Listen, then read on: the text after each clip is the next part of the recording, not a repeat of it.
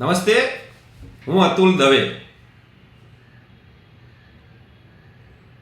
એનો તો વારો ચડી જશે, પણ તમારો પણ વારો ચડી જશે. બોલો, આવી ધમકી મને આપી ગોંડલથી. રાજુભાઈ સખિયા કરીને એક ભાઈ છે ગોંડલમાં, એમને મને ફોન કર્યો અને એમના ફોન ઉપર થોડી વાર એ વાત કરતા હતા, થોડી વાર કોઈ એડવોકેટ વાત કરતા હતા. એમને તકલીફ એ હતી કે 2 દિવસ પહેલા જે મેં વિડીયો મૂક્યો કે ભાઈ રાજકુમાર જાટના મૃત્યુમાં તમે ગોંડલના પ્રતિષ્ઠિત જયરાજસિંહ જાડેજાના પરિવારને નાહકનો કેમ સંડોવાની કોશિશ કરી રહ્યા છો, કેમ એ પરિવાર ઉપર છાંટા ઉડાડી રહ્યા છો. પોલીસ તપાસ કરી રહી છે, દૂધનું દૂધ ને પાણીનું પાણી થઈ જશે. હવે આમાં એમને જે કોઈ તકલીફ થઈ હોય, વાત ચાલતી હતી, ચર્ચા ચાલતી હતી, એ ભાઈ જે પ્રશ્ન પૂછે એનો જવાબ હું આપતો હતો, એમાં વચ્ચે વચ્ચે પેલા એડવોકેટ ભાઈ બી કંઈક બોલે જતા હતા. આ બંને જણા જ્યારે તર્કબદ્ધ દલીલમાં પહોંચી ન શક્યા ત્યારે એને ધમકીની ભાષા ઉચ્ચારી કે તમારો પણ વારો પડી જશે. એટલે મેં કીધું ભાઈ ધમકી કેમ આપો છો? એટલે એમને ફોન કાપી નાખ્યો. મેં સામેથી ફોન કર્યો કે ભાઈ કેમ ફોન કાપી નાખ્યો? ધમકી આપવી હોય તો પૂરી આપો. એટલે કે એવું નથી કે તમારે. મેં કહ્યું એવું નથી. નહીં, હવે રાજુભાઈ સખિયા પાછા મને એ ભાઈનો નંબર આપે. મને કે મેં કહું ભાઈ તમારા ફોન ઉપર એને ધમકી આપી છે, હું એને શું કરવા ફોન કરું? પછી કે ભાઈ તો કોર્ટમાં જતા રહ્યા, પાછા બાજુમાં બેઠા બેઠા બોલે છે. મેં કહ્યું એમને ફોન આપો, એમને મને ધમકી કેમ આપી? એટલે મને આશ્ચર્ય એ વાતનું થાય છે કે ભાઈ જયરાજસિંહ જાડેજા સાથે તમારો રાજકીય જે કોઈ વિરોધ હોય અથવા ભારતીય જનતા પાર્ટી સાથે વિરોધ હોય, એ તમારો સ્થાનિક રાજકીય બાબત છે ને, એમાં આ વાત ક્યાં વચ્ચે લાવો છો? મૂળ આ વાત શરૂ એટલે થઈ કે રાજકુમાર જાટ નામના યુવાનનું જે મૃત્યુ થયું એ બાબતે વિવિધ માધ્યમો દ્વારા જયરાજસિંહ જાડેજાના પરિવાર ઉપર જે કીચડ ઉછાળવાની કોશિશ થઈ, એમની સંડોવણી એનકેન પ્રકારે કરવાના જે પ્રયત્નો થયા, એ બાબતે મેં જે કોઈ સત્ય હતું એ વિડીયોના માધ્યમથી મૂક્યું. અને એમાં સત્યમાં એ જ છે, એના પિતાજીએ જે અરજી કરી હતી એ જ અરજી મેં બોલી કે ભાઈ જયરાજસિંહના ઘરેથી એ ભાઈ ઘરે ગયા તો એમને દવાખાને કેમ ના ગયા, એમને ફરિયાદ કેમ ના કરી? એમાં અરજીમાં જ કહે છે કે ભાઈ એ ઘરે આવ્યા ને બીજા દિવસે છોકરો જતો રહ્યો. ગઈકાલે પોલીસ તપાસમાં એવું બહાર આવ્યું છે કે ભાઈ જે યુવાન હતો એ યુવાન એક બસની ટક્કરથી એનું મૃત્યુ થયું છે. અને મહાસાગર ટ્રાવેલ્સની બસ અને એનો ડ્રાઈવર, એના ક્લીનરની ધરપકડ પણ થઈ ગઈ છે. એ બસ પણ કબજે લેવામાં આવી છે. એ લોકોએ કબૂલ પણ કર્યું છે કે હા ભાઈ અમારાથી આ અકસ્માત થયો છે. હવે આ અકસ્માત સાહજિક છે કે કોઈ કાવતરું છે, એ તપાસનો વિષય છે. ને પોલીસ આટલા સુધી તપાસ કરી છે એ પણ કરશે ને. તમે આખા કેસમાં પોલીસ ઉપર શંકા કરો, ગુજરાત સરકાર ઉપર શંકા કરો, જયરાજસિંહ જાડેજાના પરિવાર ઉપર શંકા કરો છો, તો તમને ગુજરાતની કોઈ વાત ઉપર વિશ્વાસ જ નથી ભાઈ. તમે કહો પોલીસ ખોટું કરી રહી છે,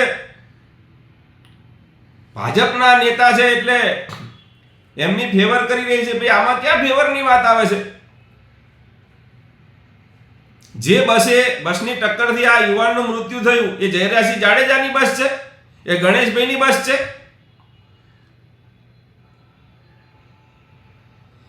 કોઈ પણ વાતમાં બસ એક રાજકીય વિરોધ હોય એટલે ગમે એનું નામ ચડાઈ દેવાનું. એટલે આજે દૂધનું દૂધ ને પાણીનું પાણી થઈ ગયું છે કે રાજકુમાર જાટનું મૃત્યુ એ કોઈ હત્યા નથી, એક અકસ્માત છે. હવે એને તમારે સ્વીકારવું ન સ્વીકારવું કે એ બાબતે તમારે વધુ તપાસની માગણી કરવી તો તમે નામદાર કોર્ટમાં જાઓ. પણ હજી તમે કોઈ જ સાચું તમે નક્કી કરી લીધું ભાઈ આ જ ગુનેગાર છે એટલે એને પોલીસ પકડીને એ કેસમાં ફિટ કરી દઈને એની ઉપર કલમ લગાવી દે એટલે તમે કઈ જજબત છો? તમે કોર્ટ છો? તમે ઈચ્છો એનું નામ ચડાવી દેવાનું? તમને પોલીસ વારે વારે હું કહું છું કે એને દીકરો ગુમાવ્યાનું દુઃખ છે. મને કોઈ પણ પિતા એક દીકરો યુવાન ગુમાવ્યાનું દુઃખ હોય, મને પરિવાર પ્રત્યે સંવેદના છે, પણ એનો મતલબ એ નથી કે તમે ગુજરાતને બદનામ કરો, ગુજરાતની પોલીસને બદનામ કરો, ગુજરાતના એક પ્રતિષ્ઠિત પરિવારને બદનામ કરો. એવો તમને કોઈ રાઈટ નથી. તમને તમારા દીકરાના મૃત્યુ બાબતે ન્યાય મેળવવાનો સંપૂર્ણ અધિકાર છે, પણ તમને કોઈને બદનામ કરવાનો કોઈ અધિકાર નથી જેના તમારી પાસે કોઈ પુરાવા જ નથી. એક ઘટના બની કે ભાઈ એના ઘરમાં આ બન્યું અને આમ કર્યું ને પછી નક્કી કરી લીધું ભાઈ આ લોકોએ જ અપહરણ કર્યું ને હત્યા કરી દીધી. તો જો તમે જ બધું હોય તો ભાઈ આ બધું જરૂર શું છે? ભાઈ તમે કોઈ એમ જ કરવાનું હોય તો. અને ત્યાં બેઠા બેઠા તમે ચલો ગુજરાત એટલે શું? ભાઈ ચલો ગુજરાત એટલે શું કરશો તમે? ગુજરાતમાં આવીને ગુંડાગીરી કરશો? અહીં બંદૂકો લઈને આવશો ગુજરાતમાં? ગુજરાતના લોકોને મારશો એમ? શું કરશો તમે? ચલો ગુજરાત એટલે શું ભાઈ? તપાસ થઈ રહી છે, પોલીસની 10-15 ટીમો તપાસ કરી રહી છે. હજી તમને સંતોષ નથી, ન હોય તો કોર્ટમાં જાઓ ને. ત્યાં તમારે જવું નથી. પાછા આ ભાઈ રાજુભાઈ સખિયા, મને કહે તમને કશી ખબર ના હોય ને તમે જેમ ફાવે બોલો. એટલે મારે ખબર પાડવાની ક્યાં જરૂર છે? જે માધ્યમમાં આવ્યું છે એ જ વસ્તુ હું બોલું છું.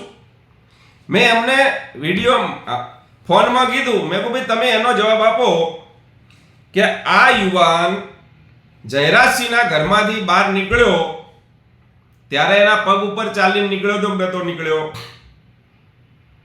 એ સાજો સારો ઘરે ગયો છે કે નથી ગયો? તો ભાઈ વાત શું છે ભાઈ? એ પછીની જે ઘટના બની છે, એ ગુમ થઈ ગયા પછી એ તમે જાતે નક્કી કરી લીધું કે ના આ લોકો જેનું અપહરણ કર્યું છે ને એમને જ હત્યા કરી દીધી છે? અરે માણસ પોતે કબૂલ કરે છે કે ભાઈ મારી બસનો અકસ્માત થયો છે એ યુવાન નો અકસ્માત, તોય તમે માનવા તૈયાર નહીં. પાછા મને કહે છે, મને કે તમને જયરાજસિંહ જાડેજાએ પૈસા આલ્યા એટલે તમે આવું બધું બોલો છો. લો હું મારો નાર્કો ટેસ્ટ કરાવવા તૈયાર છું. મારો લાઈવ નાર્કો ટેસ્ટ કરાવવા તૈયાર છું કે જયરાજસિંહ જાડેજા કે ગણેશભાઈને હું જિંદગીમાં ક્યારે મળ્યો નથી. હું એમને જાહેર જીવનના વ્યક્તિ તરીકે ઓળખું છું. પર્સનલી હું એમને ક્યારેય મળ્યો નથી, ન અમારે ક્યારે ફોન ઉપર વાત થઈ છે. ને તોય તમે કહો છો ભાઈ તમે પડીકું લઈ લીધું છે. ચલો હું નાર્કો ટેસ્ટ કરાવવા તૈયાર છું. જો નાર્કો ટેસ્ટમાં નીકળે તો તમે કોઈ સજા હું ભોગવવા તૈયાર છું. જો જયરાજસિંહ જાડેજાએ ગણેશભાઈ મને 1 રૂપિયો આલ્યો હોય તો શેના પૈસા શેની વાત યાર? મારે શેના પૈસા લેવાના? આમાં સત્ય વાત પ્રજા સમક્ષ મૂકવામાં પૈસા લેવાના?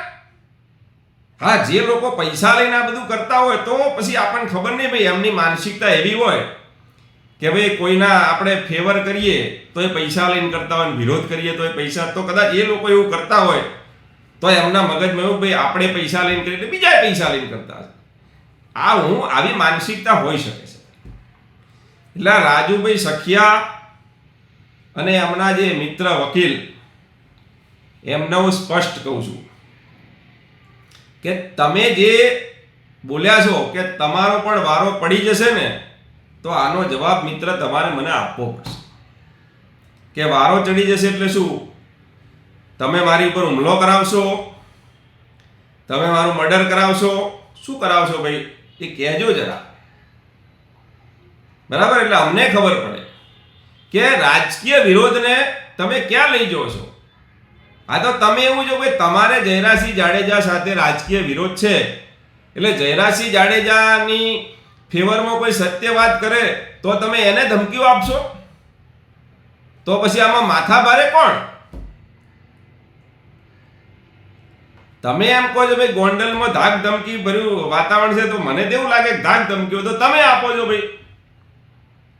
એટલે આ બાબતે પણ હું ભવિષ્યમાં કાયદાકીય પ્રક્રિયા પણ હાથ ધરીશ અને જે સત્ય છે એ ગઈકાલે બોલ્યો તો આજે બોલું છું ને આવતીકાલે બોલતો રહીશ કે રાજકુમાર જાટનું મૃત્યુ અકસ્માતથી થયું એ પોલીસની થિયરી છે અને આ બાબતે પોલીસ તપાસ કરી રહી છે.